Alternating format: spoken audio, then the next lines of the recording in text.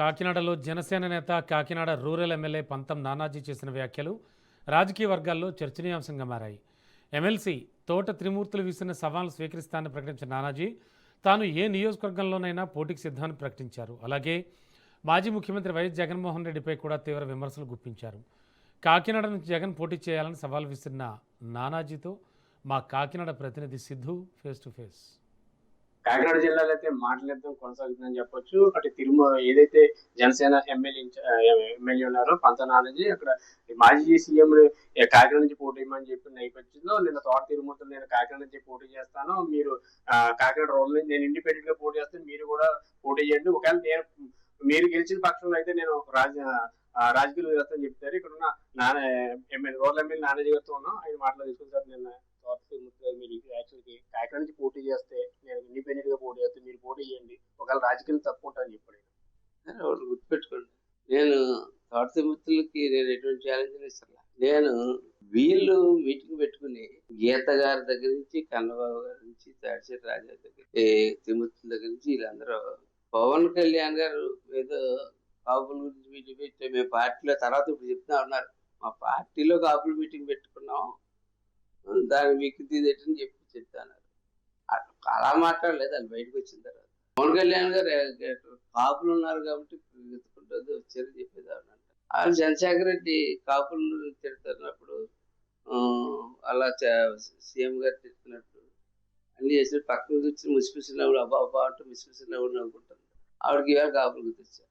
అలాగే తోట తిమ్మతులు గారు ఇవాళ చెప్తా ఉన్నాడు, ఇక్కడికి వచ్చి నేను ఛాలెంజ్ ఇసిరింది పులివెందలు దాటితే అద్దనాకి పనికిరాని జగన్మోహన్ రెడ్డి కడప జిల్లాలో అతను అనేక సీట్లు కోల్పోయినా మేమందరూ నిరంతరం కష్టపడి 30 సంవత్సరాల పాటు రాజశేఖర రెడ్డి ఒక ఆయుధాన్ని మేము తయారు చేసుకుంటే ఆ ఆయుధం దురదృష్టవశాత్తు చనిపోతే ఆ స్థానాన్ని ఆక్రమించిన వ్యక్తి జగన్మోహన్ రెడ్డి.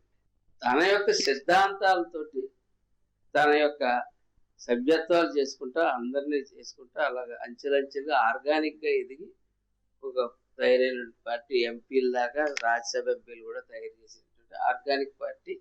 ఏ సింపతీస్ తోటో ఎవరో చనిపోతే దాని గురించో అలా వచ్చిన పార్టీ కాదు.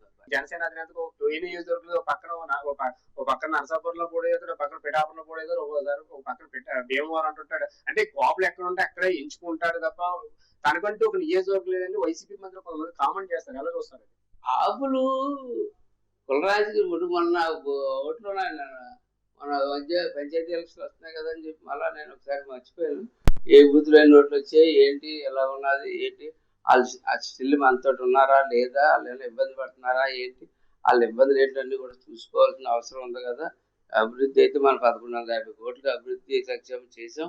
అయినా సరే ఈ ఫలాలు చివరిదాకా అందరికీ అందుతున్నాయి లేదు చూడడానికి చూస్తే ఒక 6-7 బూతుల్లో తప్ప నాకు ఎక్కడ అంటే ఎస్సీలు ఉన్న బూతులు ఉన్నాయి, బీసీలు ఉన్న బూతులు ఉన్నాయి, కమ్మరు ఉన్న బూతులు ఉన్నాయి, రెడ్లు ఉన్న బూతులు ఉన్నాయి, కాపులు ఉన్న బూతులు ఉన్నాయి, అగ్రికుల క్షత్రియులు ఉన్న బూతులు ఉన్నాయి, అనేక సెట్బెల్జీలు ఉన్నటువంటి బూతులు ఉన్నాయి, యాదవాసి ఉన్నటువంటి బూతులు ఉన్నాయి.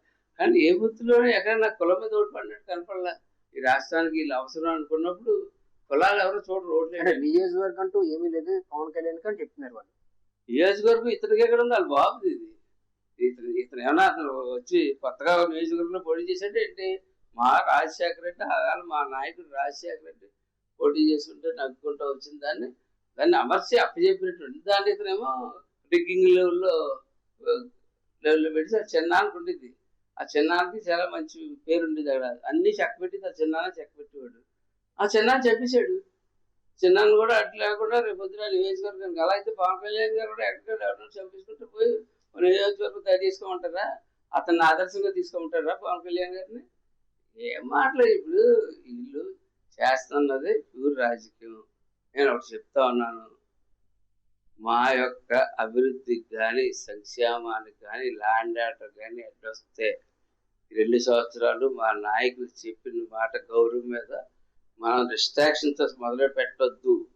డిస్ట్రాక్షన్తో మొదలు పెట్టినటువంటి జగన్మోహన్ రెడ్డి ఏమైపోయాడు చూసారా? 11 సీట్లు కూడా లేకుండా పరిస్థితులు ఉంటారు. 11 జనం అలా అందులో 6 అసంతృప్తి.